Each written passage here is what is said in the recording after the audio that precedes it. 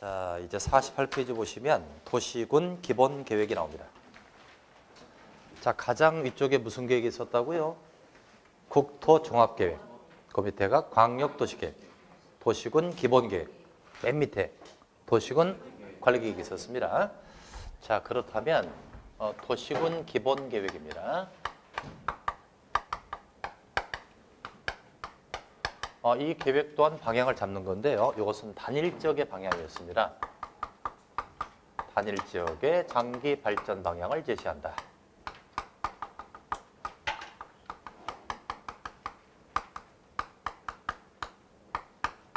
단일지역이니까 어디를 얘기한다고 그랬죠?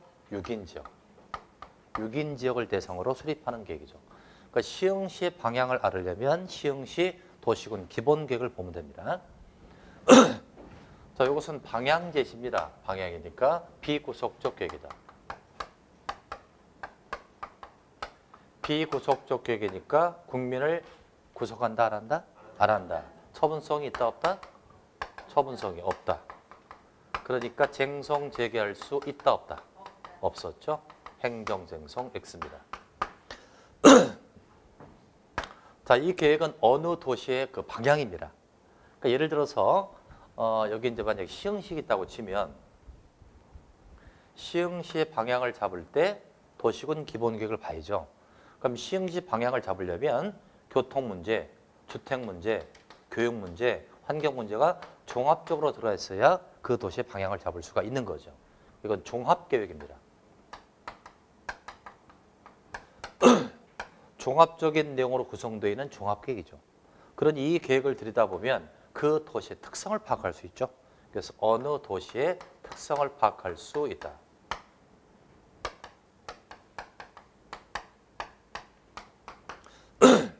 그래서 여러분들이 공인중개사가 사실 많이 열람해야 되는 게 바로 이 계획이에요. 어떤 신도시가 만들어졌을 때 투자적 개념을 잡아야 합니다. 그럼 만약에 그 신도시가 개발의 방향으로 간다면 투자 가치가 있죠. 근데 보존 쪽으로 간다면 투자 가치가 없는 거예요. 기본 계획을 열람해 봐야 되는데 실제로 공인중개사가 기본 계획 보는 사람은 거의 보지 못했습니다. 열람할 수 있거든요. 그럼 예를 시흥시민이죠. 시흥시 방향이 뭐죠? 예를 들면 청주시 방향 교육도시래요. 시흥시 방향은? 생명과학이라고요? 생명중심이라고요? 제가 알기로는 그게 아닌데요. 돈홍복합. 제가 그걸 어떻게 하냐면 이제 그 차를 타고 가다 보면 그 내비게이션 있잖아요. 그럼 시흥시를 딱 지나면 돈홍복합이라고 나오던데요. 아, 그래요? 그럼 제 거를 좀 바꿔야 되나? 아, 그럴 수도 있겠다. 바뀔 수도 있죠. 신년에 바뀔 수도 있는 거죠. 생명 중심복합도시 돈홍에서 바뀐 모양입니다. 근데 작년에는 여기 공무원 출신이 있었거든요. 시흥시장에 공무원 출신이 있었고 그분이 퇴직하고 무슨 다른 쪽 일을 하시는데 그분에 탁탁 물으면 다 나왔어요. 시흥시 방향이 뭐죠? 그러면 쫘르륵 나왔어요. 인구까지 알더라고 그분 정확하게. 명수 단위까지 다 알아요. 그런 분이 계셨는데 여하튼 그런 방향이 있겠죠. 그죠? 이런 방향을 무슨 계획 갖고 잡는다? 기본 계획 잡는 거예요. 도시군 기본 계획. 자, 그렇다면 요 기본 계획, 요 기본 계획이라고 부를게요. 기본 계획 바로 밑에 아까 무슨 계획이 있었죠?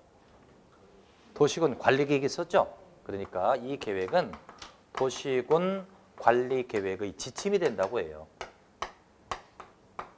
바로 밑에 있는 관리 계획에 직접적 영향을 주는 지침이 된다고 합니다. 자, 근데 이 계획은 장기예요, 단기예요? 바로 밑에 있는 관리 계획에 영향을 주는 거죠. 근데 이걸 갖다 장기적으로 만들어 놓고 손도 대지 않고 가만히 있으면 이게 잘못 삐뚤어지면 얘도 치명적이죠. 그러니까 장기 계획으로서 하위 계획에 영향을 주는 이 계획에 대해서는 가만히 놔두면 안 돼요. 주기적으로 검토해서 수정본을 해줘야 합니다. 그런 의미에서 5년마다 타당성을 검토한다.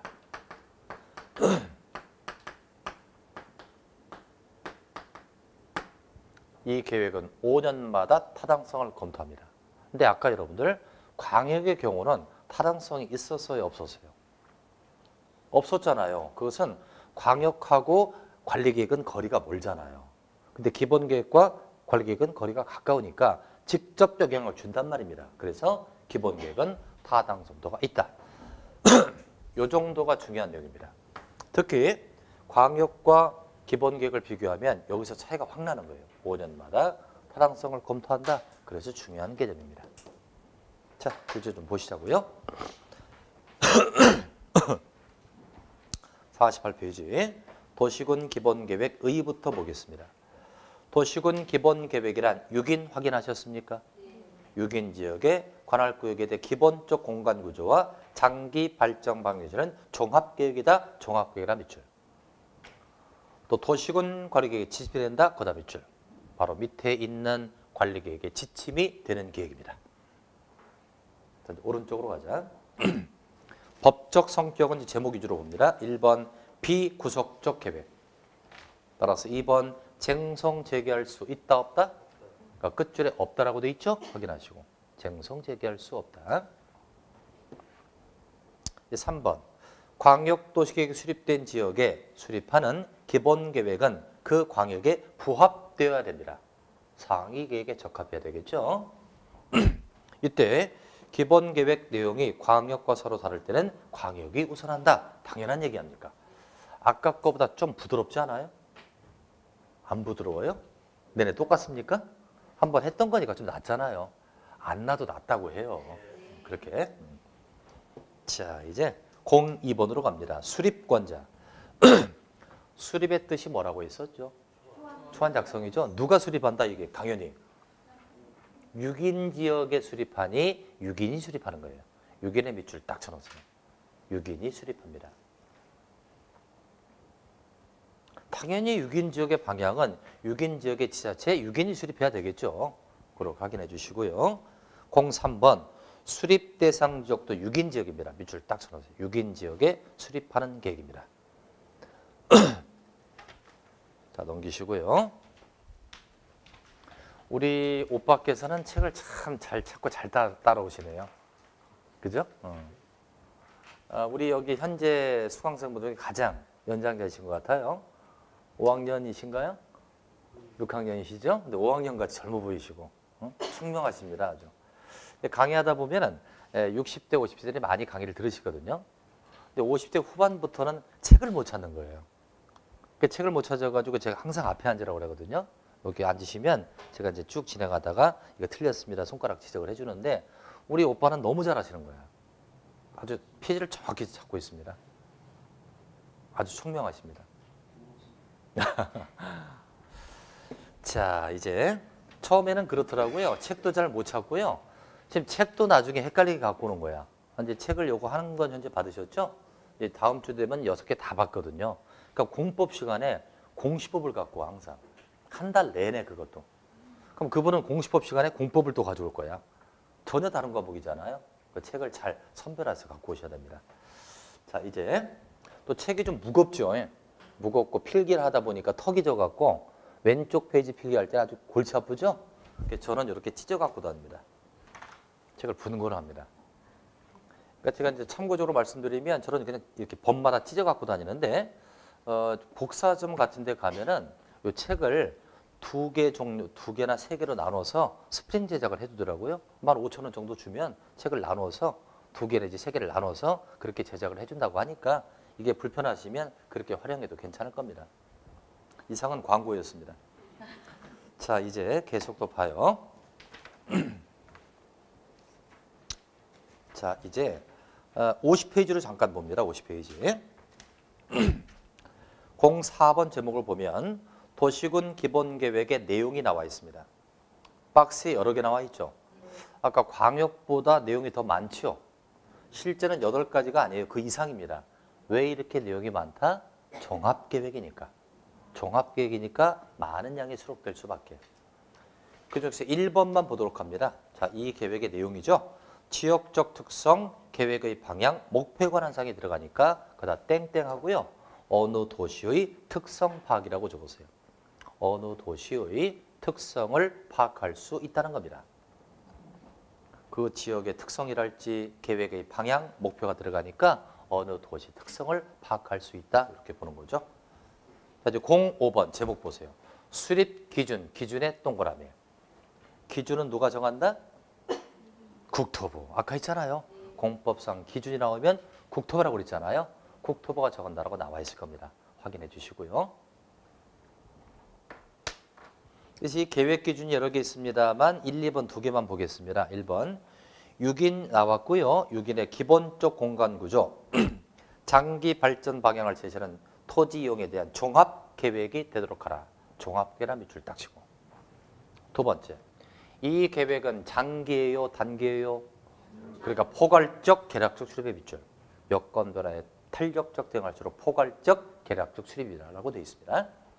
자, 오른쪽으로 옵니다. 06번에 수립 절차가 나와 있죠. 이것은 고맙게도 광역도시계획의 절차와 똑같아요. 뼈대가 똑같아. 방향 잡는 거랑 똑같습니다. 다만 수립자가 다르니까 이 상대가 좀 다를 거예요. 자, 수립자 누구였다고 그랬죠? 누가 수립한다? 6인. 6인 적어볼게요. 특, 광, 특시, 특도, 시장, 군수가 수립한다. 그럼 6인이 수립할 때 기초조사나 공청회를 6인이 다 할 겁니다. 자, 의견 청취를 생각해 보자.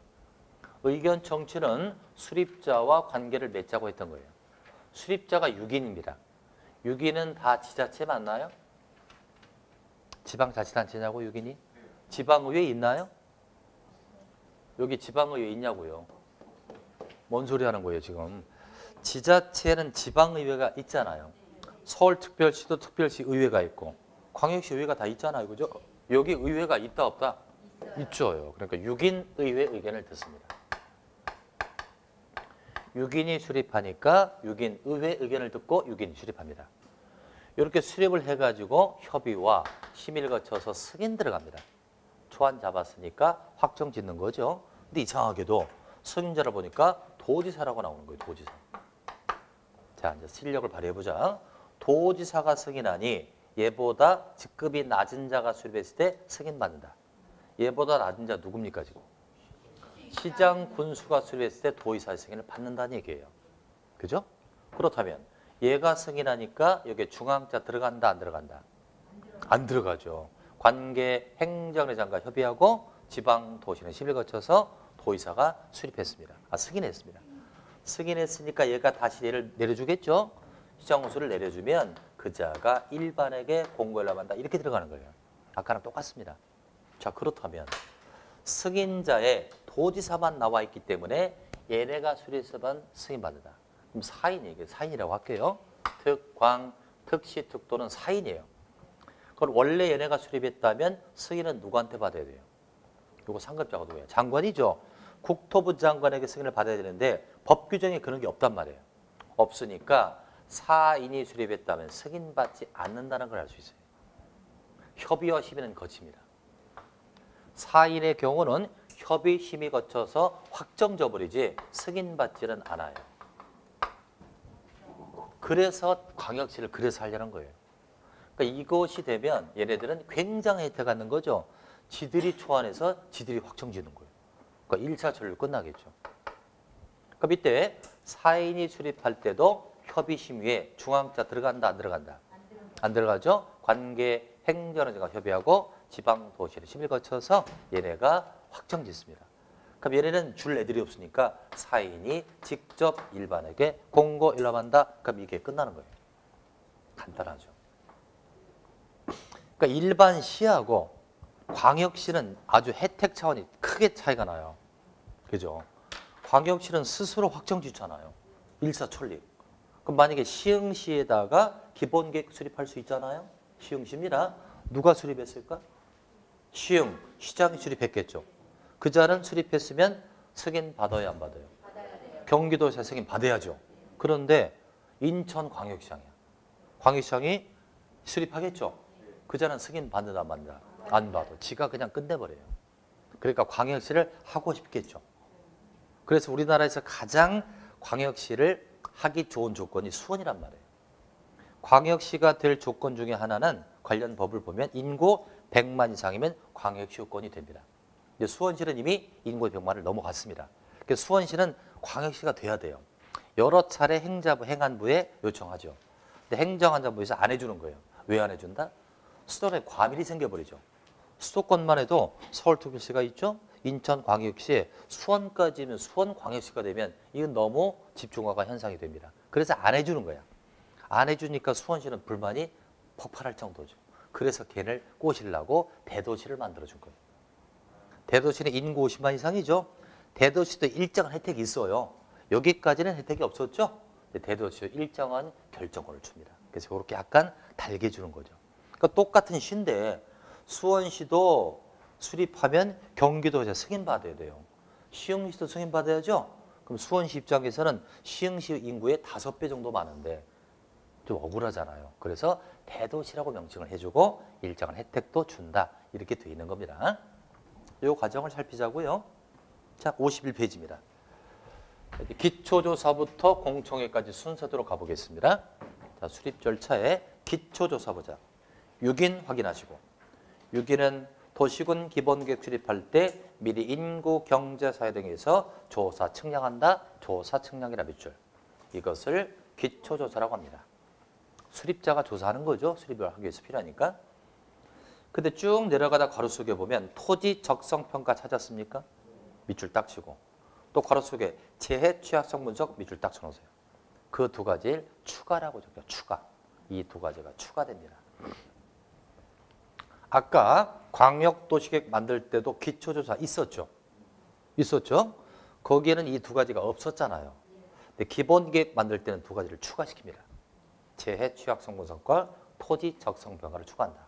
이것은 요즘에 시 지역에서도 재해가 많이 발생합니다. 싱크홀 현상이라고 땅이 푹푹 꺼져버리잖아요. 그러니까 기본계획 만들 단계부터 토지 적성이나 재해 취약성 분석을 해보자 이런 의미에서 두 가지가 추가됐다는 겁니다. 자, 넘겨주시고 이제 기초조사 했으니까 공청회 합니다. 이것은 광역과 비슷합니다. 6인 확인하시고 6인은 도시군 기본계획 수립 변경할 때 미리 공청회를 열어서 누구의 의견 듣는다? 주민과 전문가 의견의 밑줄. 주민과 전문가 의견을 듣는 것입니다. 공청회 했으니 의견 청취로 갑니다. 3번. 아까 수립자가 누구였다고요? 그러니까 누구 의견 듣는다? 6인 의회에다 밑줄 딱 써놓으세요.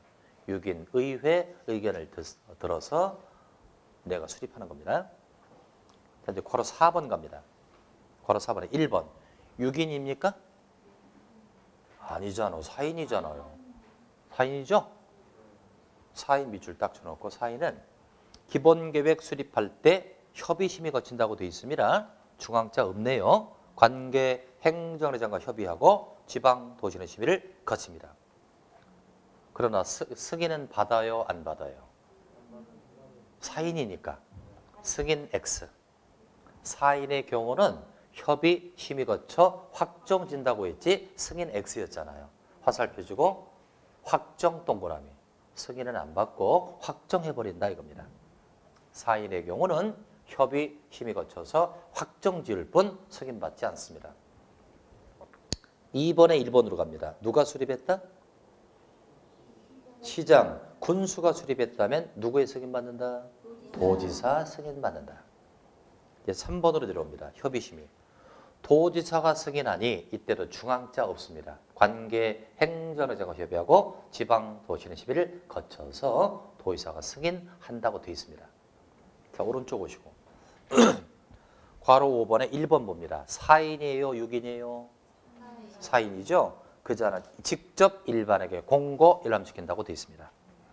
4인은 내려줄 애들이 없으니까 본인이 직접 일반에게 공고 열람시킨다.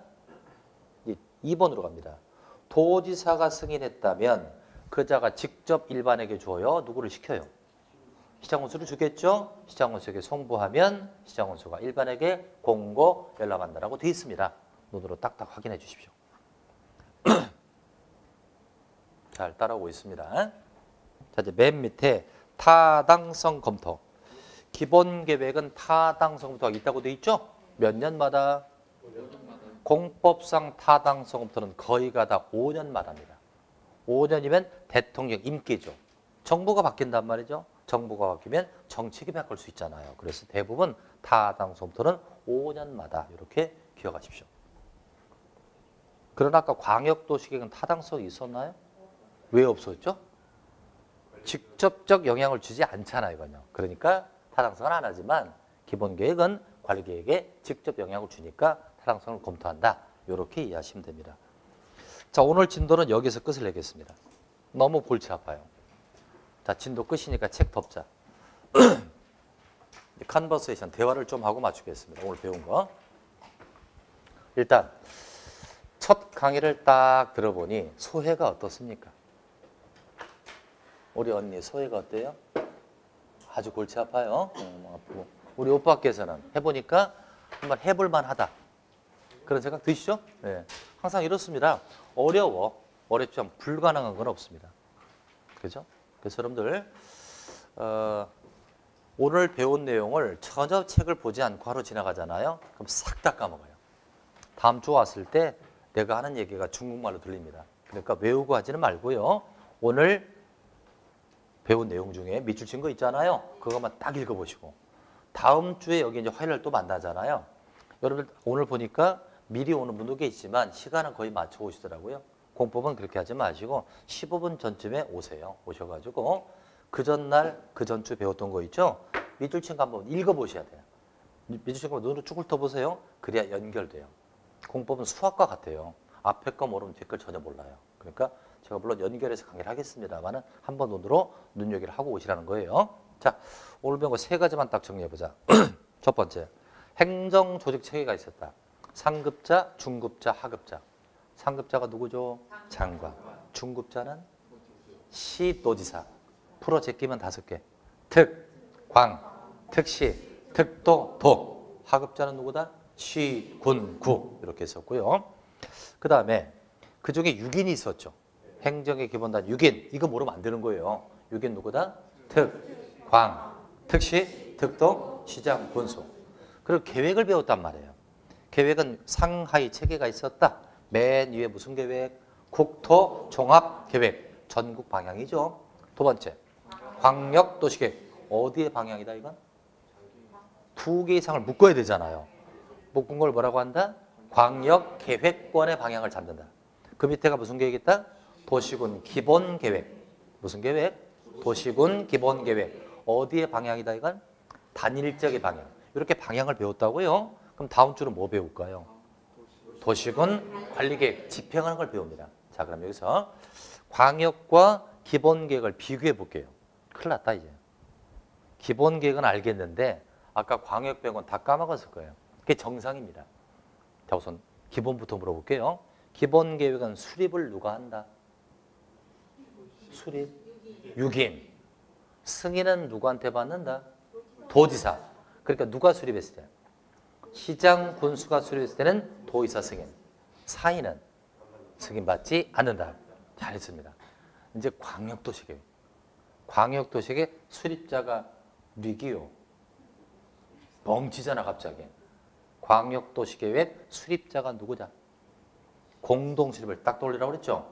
시장군수 수립할 수 있었나요? 시도 수립할 수 있었죠? 국토부 수립할 수 있었죠. 2개만 비교해도 어렵잖아요. 근데 공법은요 수십 개입니다. 수십 개를 비교해야 되거든요. 그래서 지금은 너무 앞서서 욕심내지 말고요. 오늘 배운 거 집에 가서 외우지 말고 한번 정확하게 깔끔하게 정독하고 책을 딱 덮으면 돼요. 그리고 다음 주에 화요일날 좀 일찍 오셔서 읽었던 거 다시 한번 읽어주시면 됩니다. 그렇죠? 오늘 고생들 많이 하셨죠? 오늘 여기까지 하겠습니다. 수고하셨습니다.